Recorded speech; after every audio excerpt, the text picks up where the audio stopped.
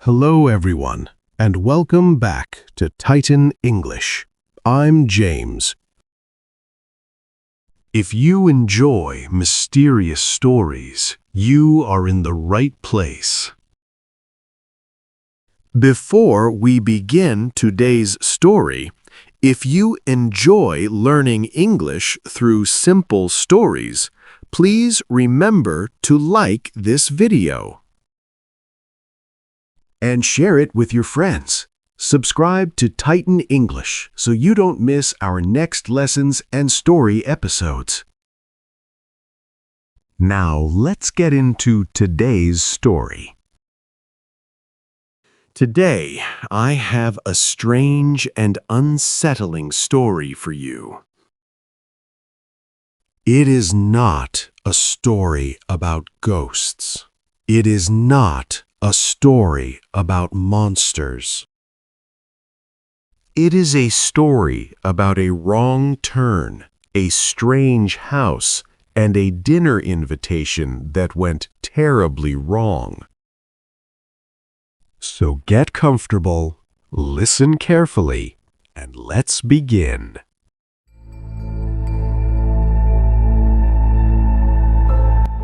About 7 years ago, a young man named Daniel got an invitation to dinner from a cousin. Daniel had never actually met this cousin before. He had only spoken to him on the phone. Daniel came from a large family, and some relatives lived far away, so it was unusual but still possible. When the invitation came, Daniel felt surprised, but he also felt curious. He thought it might be nice to finally meet that side of the family, so he said yes. His cousin gave him an address in the countryside and asked him to come on Saturday evening. Daniel wrote the address down carefully and planned the trip. Later, he tried to find the place on his phone, but his GPS was not very helpful. The signal in that area was weak, and the map did not work properly. So Daniel used an old paper map instead. He found the location, marked it with a pen, and tried to understand the route. It was far from the city, very far. Still, he thought he could manage it. On Saturday afternoon, Daniel got into his car and started driving. At first, everything felt normal. He passed traffic lights, shops, houses, and busy roads. Then the city slowly disappeared behind him. The roads became quieter. The houses became fewer. Soon he was deep in the countryside. There were fields, trees, farms, and long empty roads. There were very few cars, very few people, almost no signs of life. Daniel kept checking the map as he drove. Some roads had no clear names. Some turns looked almost the same. The farther he went, the more uncomfortable he felt. He had never driven in that direction before, Everything looked unfamiliar. At one point, he looked around and said quietly, "Where am I going?" But he kept driving. He did not want to turn back. After a long time, he found a place that seemed to match the map. There was a lonely road. There were tall trees. And there was a house standing by itself. Daniel looked at the paper map again. Then he looked at the house, then back at the map. He was not completely sure, but he thought this must be it. So he parked the car and got out. As he walked toward the house, he noticed something strange. The place looked old and sad. It was covered with leaves and branches. Bushes had grown all around it. The yard looked wild and messy. The house seemed dark even before the sun had fully gone down. Daniel stopped for a second. He thought, "This doesn't feel like a family dinner." But before he could think more, the front door opened. A man and a woman came outside. They smiled widely. They looked very pleased to see him. "Hello, hello! Come in," they said. At that moment, Daniel felt some relief. He thought these must be his aunt and uncle. After all, he had never met them before, so how would he know? He smiled politely and walked inside. The house smelled like cooked food, old wood, and something warm from the kitchen. The lights were on, but the rooms still felt dim. The furniture was old-fashioned. The air felt heavy. Still, the couple seemed friendly. Daniel thanked them for inviting him. Then he asked, "Where's my cousin?" The man answered immediately, "Oh, he just went out for a few errands. He should be back later." Daniel nodded. That sounded normal enough. So he sat with them in the kitchen. They started talking about family. They asked about his mother. They asked about his job. They asked how life was going. Daniel answered politely. At first, the conversation felt normal. But after a while, something began to feel slightly off. The couple smiled too much. They seemed too excited. Sometimes they answered too fast. Sometimes they looked at him in a way that made him uncomfortable. Still, Daniel told himself he was imagining it.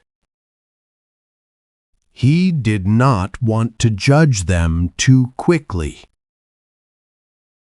Soon the woman brought dinner. It was a homemade meal with meat, potatoes, and vegetables. Daniel had been driving for a long time, and he was hungry. So he ate a lot. The food was very good, better than he expected. "This is delicious," he said. The woman looked extremely happy. The man sat across the table and watched him quietly. Daniel finished the whole meal. Then the couple suggested playing a card game while they waited for the cousin. So they sat together in the kitchen and played cards. At first, it was almost fun. The man and woman laughed loudly. They seemed oddly excited by the game. But little by little, Daniel's uncomfortable feeling grew stronger. They did not seem normal. Not exactly dangerous, but not normal. The evening became darker outside. The windows now showed only blackness. Still, the cousin did not arrive. Daniel checked the time. It was getting late, much later than he expected. So he stood up and said, "I think I should leave." As soon as he said that, the mood in the room changed. The smiles disappeared. The man and woman looked at him very seriously. "Leave?" the woman said. "But it's dark." The man shook his head.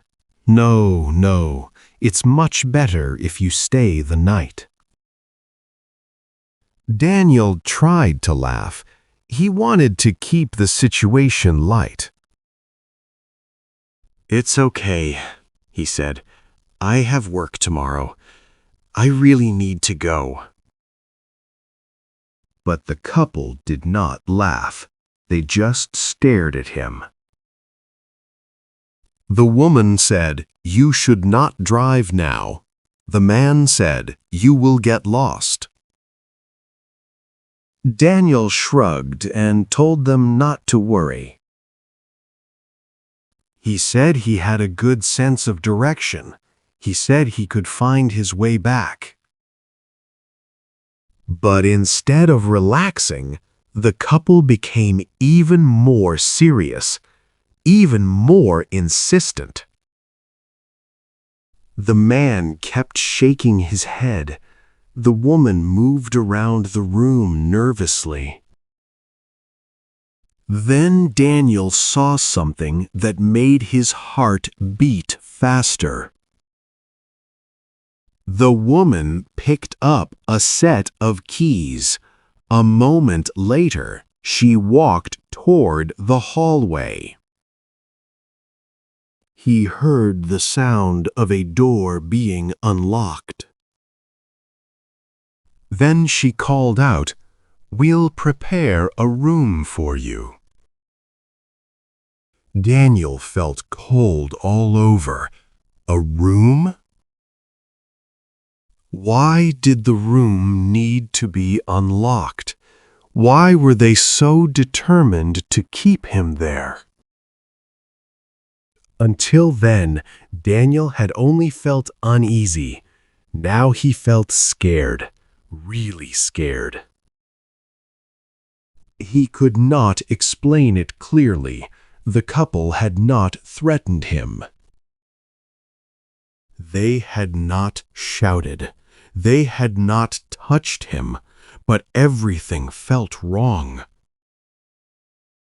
The dark house, the empty road, the missing cousin, the locked room. And the way they wanted him to stay. Daniel knew one thing. He did not want to sleep in that house. He did not want to stay there 1 minute longer. Still, he tried not to show his fear. So he said, "Fine. Okay, I'll stay." At once, both of them looked deeply pleased. Too pleased. The woman went to get sheets and pillows. The man turned away. And in that moment, Daniel made his move. He ran. He rushed to the front door, opened it, ran outside, jumped into his car, locked the doors, and drove away. He did not look back. He just drove. His hands were shaking. His heart was pounding. The road was dark and hard to follow. There were no street lights, very few signs. The headlights showed only a small part of the road ahead.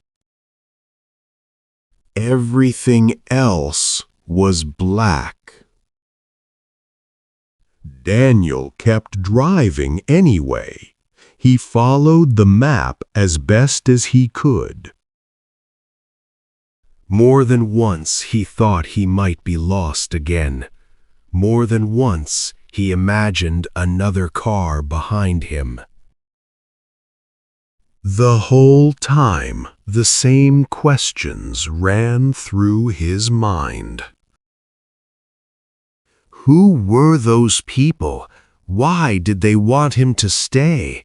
Why was his cousin never there? And what was behind that locked door?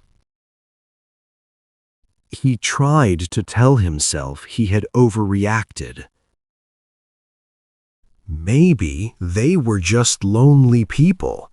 Maybe they were only strange. Maybe they really were his relatives. But deep down, he did not believe any of that. Something inside him had told him to leave. And he was glad he had listened. After what felt like forever, Daniel finally found the main highway. When he saw road signs, gas stations, and other cars again, he felt a little safer. He drove home through the night in silence. He was tired, confused, and deeply shaken. By the time he arrived home, it was after midnight. He did not want to wake his parents. So he parked quietly and went around to the back of the house. He climbed over the fence and entered through the back door. But the kitchen light was still on. His mother was sitting at the table. She looked impatient. As soon as Daniel stepped into the room, she looked at him and said, "Where have you been?" Daniel blinked. "I told you," he replied. "I was at Aunt Deborah's." His mother frowned. Then she said something that made his blood run cold. "Then why did she call and say you never arrived?" Daniel stood absolutely still. For a moment he could not speak. He stared at his mother. Then he slowly sat down. He whispered, "What?" His mother looked confused. "She called twice," she said. They waited for you all evening. They said you never came." Daniel felt sick. He shook his head slowly and said, "But I did go." Then he told his mother everything. He told her about the long drive. He told her about the dark house, the strange man and woman, the dinner, and the way he had run away. When he finished, the kitchen was silent. His mother looked frightened now. She said quietly, "Daniel, those people were not your aunt and uncle." The next morning, Daniel's family spoke to the real relatives. Everything became clear. They really had invited him. They really had prepared dinner. They really had waited for him. His cousin had been there all evening, but Daniel had never reached their house. He had gone to the wrong place. That explained one part of the mystery. But not the worst part. It did not explain who the strange couple were. It did not explain why they welcomed him in. It did not explain why they acted as if they knew him. And it definitely did not explain why they wanted him to stay the night so badly. Daniel tried to make sense of it. He looked again at the paper map. Maybe he had turned too early. Maybe he had stopped at another house near the real address. That was possible. But the people in the house were still the real mystery.